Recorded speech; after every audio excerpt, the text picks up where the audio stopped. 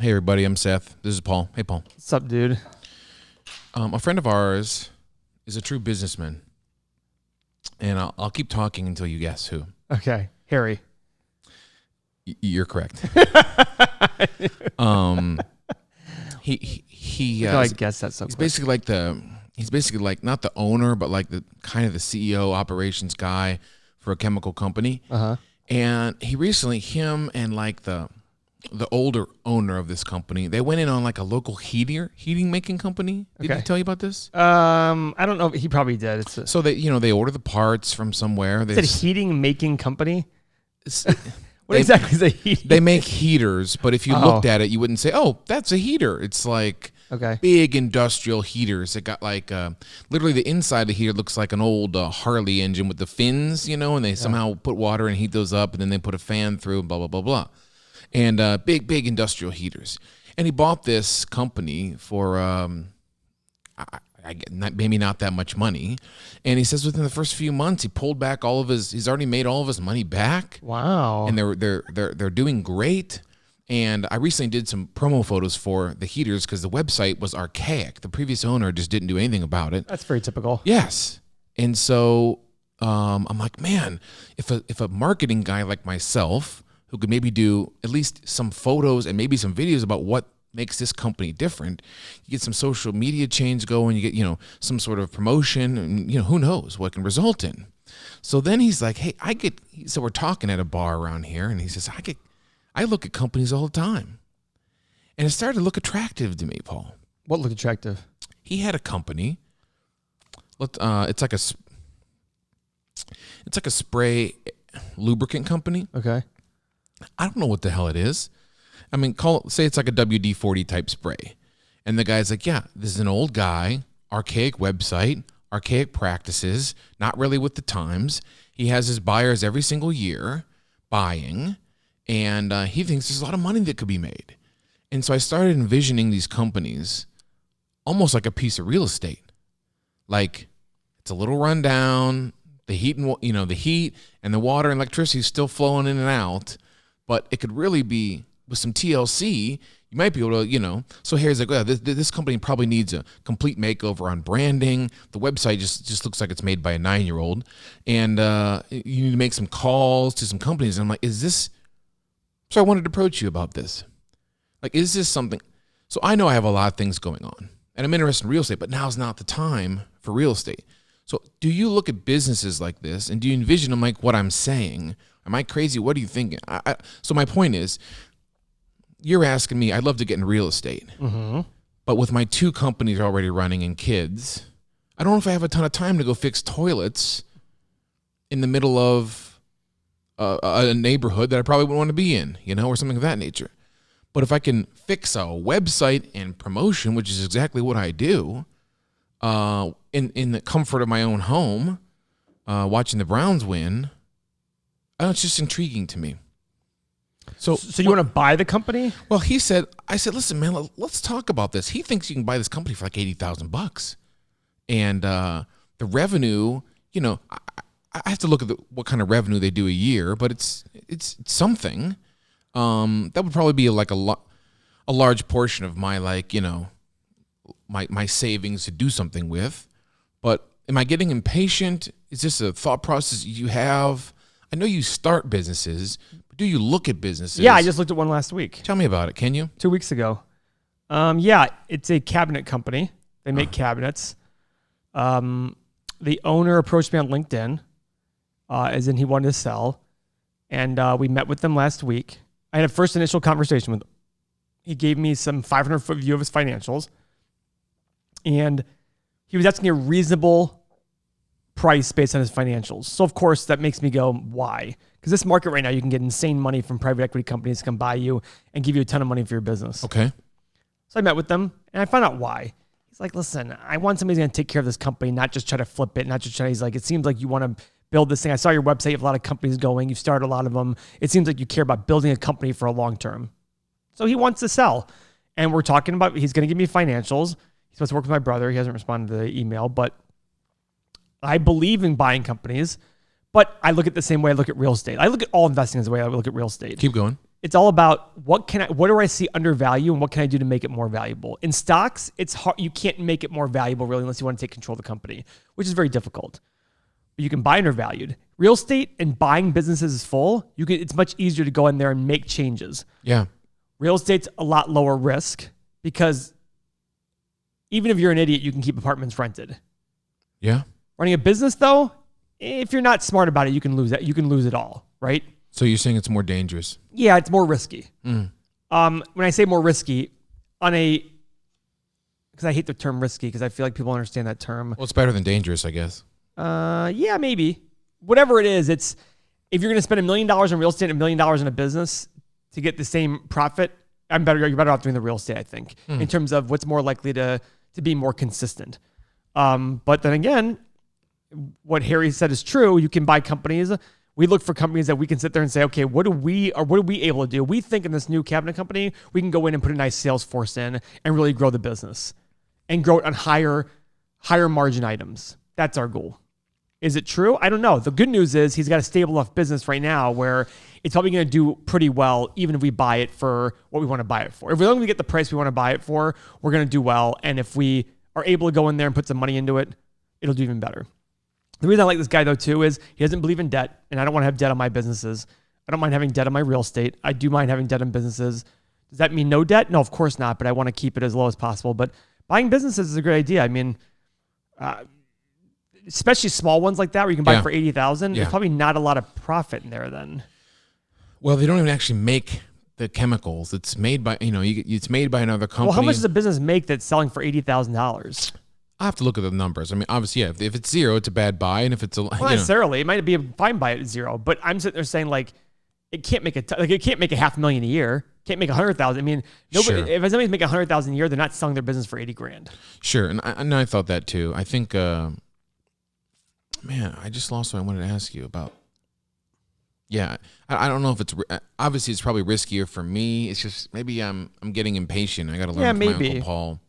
Listen, it's very tough. I'm getting impatient too. I mean, we did some projections for next year, and of the growth we're going to have next year, we think 10% of it's from real estate. That bothers me. Why is that? Because I had somebody email me today and said, "Hey, Paul, I hear you're getting out of the real estate business," and I'm like, "No, I'm not."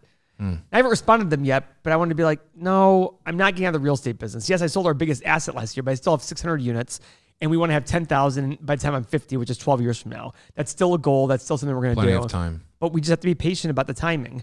Now, I have a lot of things going on, so it's easier for me. But Seth, so do you. You have a lot of things going on. You could see amazing growth, which you already have in the last 2 weeks on your media company, and you still have a lot of growth potential in your wedding business. So we look at these things thinking, what are you trying to accomplish? Right? That's the real thing you have to figure out is what you're trying to accomplish. Yeah. If you want to be like me, which is have a lot of different businesses, you still need to do really well in one of them. That's what we did. We did well enough one where it financed the rest of the other ones. You know what I mean? This podcast wouldn't be anything without the real estate business, right? Yeah. Because this podcast doesn't make us, money. It's not like we have advertisers coming in, right? Not Dynasty owner, our one startup, Tim, right? We talk about how it's financed basically by the growth in our apartment building business in the last 6 months. That's financed the full thing, and still giving us extra cash. So I think it's not a bad idea. But if you can go buy a business from scratch and you really want to do that, have it be a very not a life goal, but have it be something you're going to immerse yourself in. I think what you're doing is great for Crossroads Creative and your wedding business. I think it's wonderful. But you always tell me like, I don't have time to make phone calls. Well, how are you gonna have time to go run another business? You know what I mean? Yeah. It's hard. So what Paul's talking about is we started our media company, Crossroads Creative Media, and we're based out of the Crossroads Group headquarters here and in Ridgefield. And we started talking about outbound sales calls, which I'd really never made. I'd only ever made a website and wait for people to call. Yep. And I think, frankly, this is every photographer in the world. I've never heard of anyone. I've never heard of any of my peers, a thousand of them, ever making outbound calls.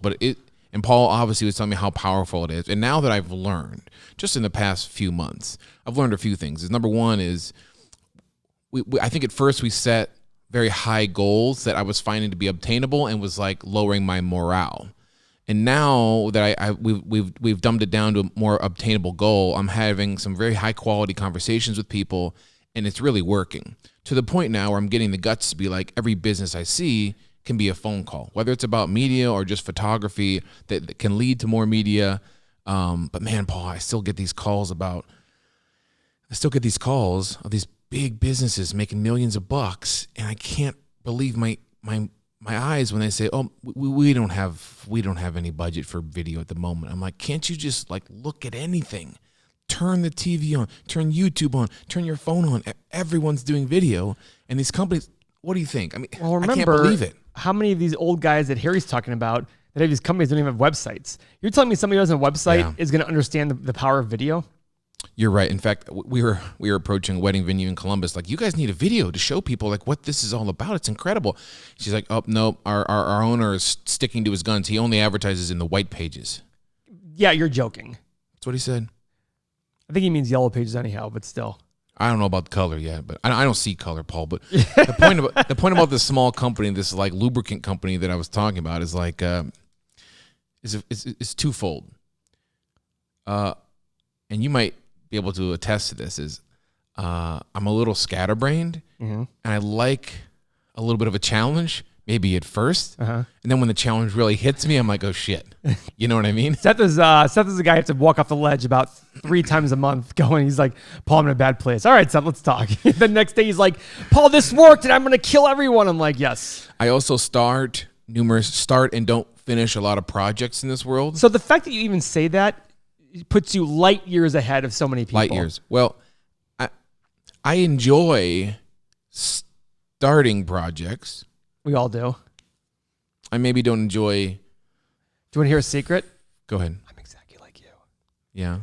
Except I have enough. I got lucky enough to be early enough in life where I found enough people to help me early, where I didn't have wife, kids, all these things, where now the cash flow is so good, I can afford to go pay somebody to go do the things I don't want to do. Yeah. You know, I've stepped down recently as CEO of Crossroads, but this weekend, I wrote all my partners, the 3 partners, an email saying, "Guys, I think we can increase our revenue by X next year." And we were all like, "Holy shit, really?" And I looked at that saying, that's something I do very well. I can see the very high level going. And then when I explained them all the numbers, they're like, not only did they agree with me, they're like, those are actually very attainable numbers. I was like, good.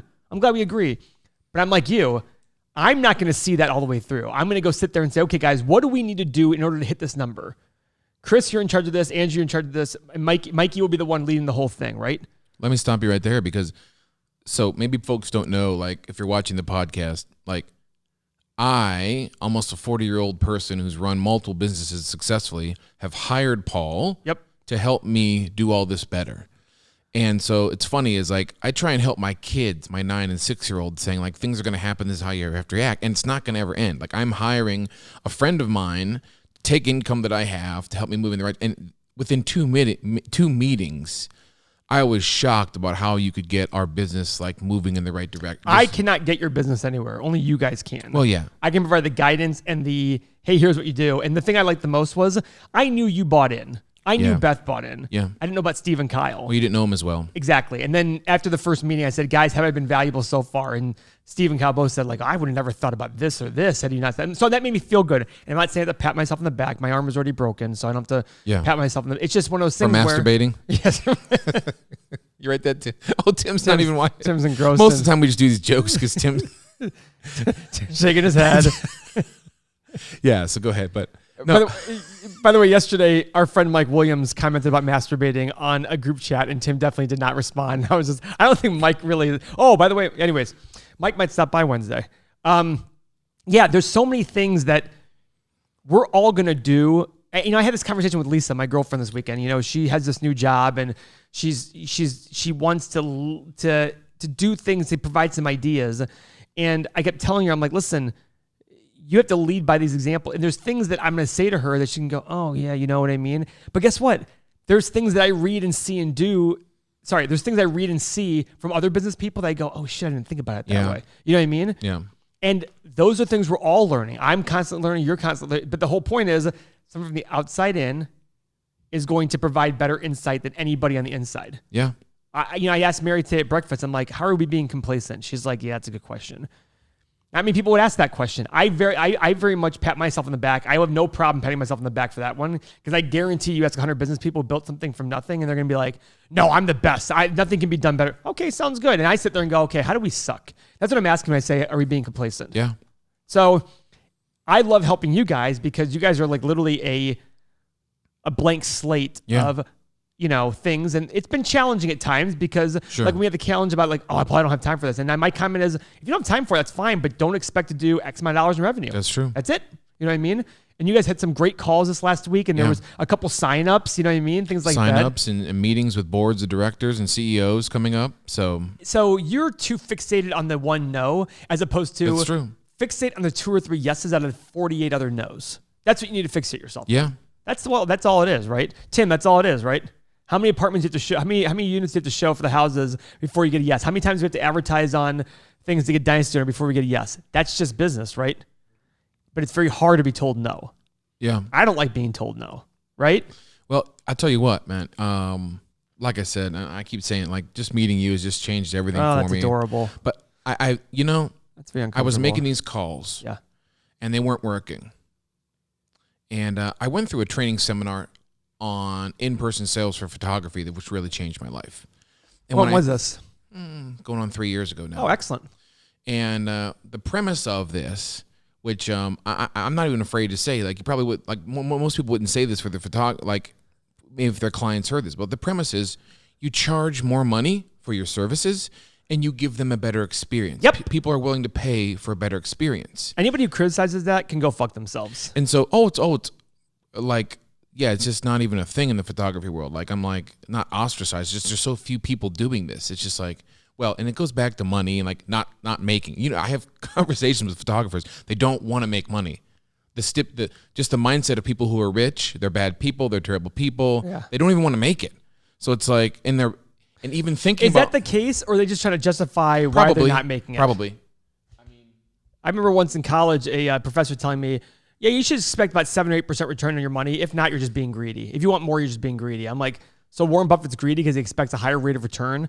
And that was a comment. We're just being greedy. So he's just justifying his low returns. But so anyway, the mindset switch, like you've always talked about, the mindset switch is like, it just hit me last week. Like, I'm calling these people with a sales mentality. Yep, can't do that. Please buy from me. No. And I just switched. I told Beth, Beth, here's your next call. You're the fucking badass. This company is ridiculous for not using video media in this day and age. Hello, look around. Scroll through Instagram. Which one stops you? The stupid pictures or anything that moves, especially if it has words. So it's like they need us more than we need them. We actually need them to pay us so we can live. Yes. But they need us more than we need. And the mindset is like, no, call them and say, you need me and I can help you. And the mindset was like, oh my gosh, I'm the badass. You're silly for not having this product. Whether it's right or wrong, I'm just saying it. I'm convincing myself this is the mentality I have to have when I call people. Jesus, I'm looking at your company. You need a lot of help. You don't have any video. I can help you. And then I get all fired up now about making the phone calls, and it's getting easier and easier. So when we get in our swing, I'd love to see what this is like in 5-6 months from now when it's just like bam, bam, bam, bam, bam.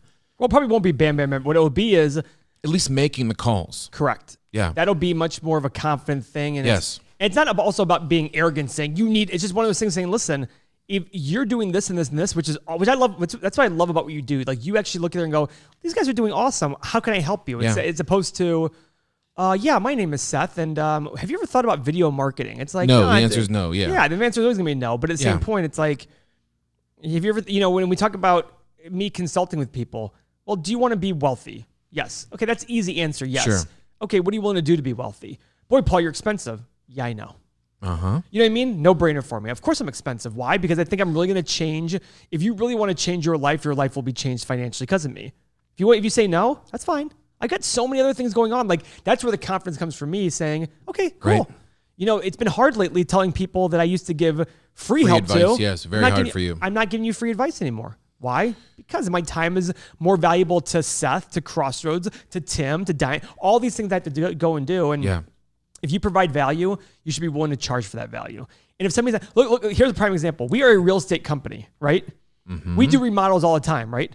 We can build a new house. I'm now going to remodel my house. I'm doing more stuff, expanding my laundry room, Yeah. expanding my master bathroom, redoing my master bathroom. Could I do that in-house? Yes. I decided not to. I decided to go pay a contractor more money because I sat there and said, my guys are doing too good of a job making me money. I just need to sit there and say, I'm willing to pay for somebody to handle the project soup to nuts. That means if a project should cost me 50, I would be willing to spend 70 to 75 to get that done. Why? Because it's more important to me that somebody just takes full reign and say, Paul, you don't have to worry about it. All you need to do is give me the designs and selections and it'll be done the way you asked for it. Now, is it that simple? No, I'll have to still watch things, all that stuff. But even me, I'm the guy I always tell people, I feel like I'm a frugal guy. Now, anybody who knows me personally probably thinks there's no way Paul's frugal, but here's what and I've talked about this before. What I mean by that is I'm willing to pay a reasonable price for making my life easier. When I say reasonable, people always say you get what you pay for. True, to a certain level. But if my remodel is going to be $100,000, somebody's going to charge me $1 million I'm not going to get 10 times more value out of it, right? Mm-hmm. So to me, it's more about where can I get the best bang for the buck where it's a balance. I guarantee if everybody gives me a price of 100 and one person comes out as an outlier of 50, I'm not even looking at the 50. I'm like, something's wrong there that person's charging 50, right? Yeah. So the same thing. It's like, we talk about value, we talk about pricing, and it's hard to sit there and ask somebody and say to somebody, we need each other, but I can help you become more valuable. Where, we talk about me helping you guys. Yeah. Our consulting agreement is a very long-term agreement. I'm getting paid on the very end, right? Yeah. I've done this for you guys and only you guys because I know you very well. Yeah. I'm getting a very low hourly wage at the very beginning, so that later on in life, I'm getting checks for doing nothing, right? And when I say later on in life, 3 or 4 years from now. You made sure to preface this agreement with like, I hope you guys get upset with me 4 years from now when you're paying me a bunch of money to do nothing. And I was like, yeah, I would really... Yeah. I didn't think about getting upset. It was, we've been making a lot of money. The whole point is I want you guys to look at it as, wow, look at all this money we're making. It probably wouldn't be making if it wasn't for Paul. And yes, here's his check every month. Yeah. So it's the same thing. The same thing with wedding photography, the same thing. And guess what? Some wedding photography people, listen, you're going to hate this. Go ahead. Somebody in our company wanted photos. And my brother came to me and said, let's hire Seth. I go, I guarantee that person will not hire Seth because of the cost. Because that person's very cheap. They need to go have the shitty photographer have all these things bad happen before they call and go, okay, let's talk to Seth. Mm-hmm. But sometimes it's a learning experience. Like I didn't say, my brother was like, really? I'm like, listen, I know this person. Go ask them. They asked them. They're like, well, let's see what we can get for, I know Seth is expensive. I'm like, listen, maybe they'll learn it. We need to do office photography, which we still haven't talked about doing that because you've been busy. But eventually you sit there and go, when I saw our photography, and we did our photography in-house, it would cost us zero. It cost me like $80 to do 30 people's photos. Then I saw yours of your company, and I was like, damn, I want those. You saw those, right, Tim? Which one did you like more, ours or theirs? There's way more. Like, not even close, right? Yeah. So I sat there and said, okay, I need to spend a few bucks on that one. Well, y'all know me. What was that? I mean, we'll figure something out. No, I know that, but the whole point I'm trying to make is there's a healthy balance between your value, other people's value. It's where that syncs up. And I like the way you're approaching it now, saying, listen, you're doing something awesome. Shouldn't you proclaim it to the world? Yeah. Right? And I'm glad you are. Initially, I thought, going back to our initial conversation about this company that I was looking at, they're not on Amazon. I don't know what their product is. Imagine if it was WD-40. Doesn't that like trigger something in your mind that this should... Everything's on fucking Amazon. That's what I'm saying. Aren't your photos on Amazon? You can buy brides, for God's sakes, on Amazon. So I'm like, this company, initially, I'm like, God, just sell it. I'm sure we'll get a couple, get it on Amazon. What are the margins like? I'll tell you more about it. I mean, obviously, you're going to be involved. And I asked Harry if he want to get you involved. What did he say? No? No, he didn't say that at all. Look, we were drinking at the time, so we'll see. Listen, I would love to be involved in consulting more with you, and maybe Harry. It's hard to tell. Like, it's funny. There's somebody very close to my my circle of friends who I look at it every single time and go, "Oh my God, they need my help so bad." And I don't say that arrogantly. Sure. I see it so obviously. Every photo I look at in the world. But same thing. I mean, but they're married to somebody who's very successful. And I just have a hard time believing they're going to be like, no, we got it. Don't worry. And I'm like, fine, I get it. But you're good in this one area. I'm trying to help you in this other area that's completely different. Yeah. But it's funny because I look at it going, they walk around like, oh, I'm big shot, Paul's very young. I'm 60. All this stuff. It's like, okay, sounds good. And they're very wealthy. They've done very well on certain business, but it's hard. Just like you said, photos. It's like I showed you a picture of my brother and his family, and you're like, who took that photo? I'm like, it was like at some event they were at. I mean, and poor Seth here is gonna have a heart attack and die because they.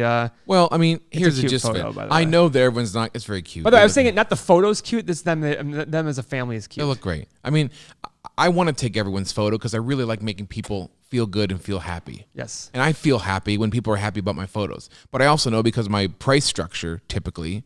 And again, folks, we're not talking about a ridiculous price structure. If you hire me, you're going to get printed stuff on the wall to enjoy. Surprise. I mean, everybody come to my office and see the 4 photos of my dog sitting outside my door. 40 by 40 inch. It's beautiful. Like that I wall fucked art. up by scuffing it somehow, which I still don't know how I did that. But a huge piece of wall art of someone's dogs that like it's in the lobby of this business. It's not even the lobby. It's right next to my office. It's not even the lobby. It's right next to my office for everybody to see. Everybody comes by and goes, whose dogs are those? Those are my dogs. Yeah, so it's like, I'm quote unquote expensive, but surprise, you're actually going to have a photo to hold in your hands and love for the rest of your life as opposed to nothing. So that's where the value is. But regardless, I'm not here to defend my prices. I love my prices. But the funny part is, and you know what? Enough people love your prices that you make a good living about true. it. That makes it worth your time to give them the extra care they need. Yeah. It hurts though when I like photograph a family and then they don't come back. I know. But that's what, That can make everybody happy. No, that's true. The whole point is that you see joy with people and all that stuff. That's true.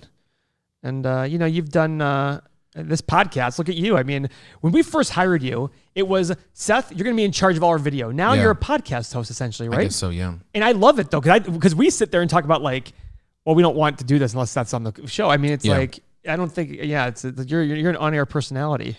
Well, it's fun. I mean, we've gotten pretty good at it, and I can't wait to see, like I said, episode 1384. Yeah, 1384, Joe Rogan. Which we're going to see October 26th. And he still hasn't fucking answered your email. I'm going to write him again. You have to. Today. Write him again, see if Joe wants to come in. In fact, I wrote Dellavedova today. Did you? He's having a kid. Oh, how nice. Yeah, you didn't see that in his... I did. You know, Connor has a cell phone number. Deli's? Yeah, Connor and Deli met at a... he responded to Connor every time Connor texted him. They met at a bar, and it was funny because everybody was asking Deli for his picture, and Connor went up to him and said... He grabbed Deli's friend and said, "Hey, take a picture of my new buddies." And Deli loved it. He laughed hysterically because everybody's trying to get Deli's picture. And Connor grabbed his buddies. It was had Deli take a picture? Yes, had Deli took a picture of Connor and Deli's buddies. Like, hey, take a picture of my new buddies. No, that's funny. Yeah, so he goes, yeah, it was pretty good. And he would say ridiculous things to Deli, and Deli responded. I'm sure I've told you that story about Don Rickles and Sinatra. I already told you that? Maybe. Let's hear it again. Well, it's an old story, Rickles was trying to impress his date. Maybe it's not Don. I heard it on Howard Stern. I just thought it was just the move, right? Yeah. It's like he's trying to impress his date, so he goes to a restaurant and Frank Sinatra's there, and maybe she goes to the bathroom or something. There's a fruit fly. Yeah, I think around. I just killed it. And maybe the woman goes to the restroom. He goes over to Frank and says, "Listen, I'm really trying to impress this broad. Okay.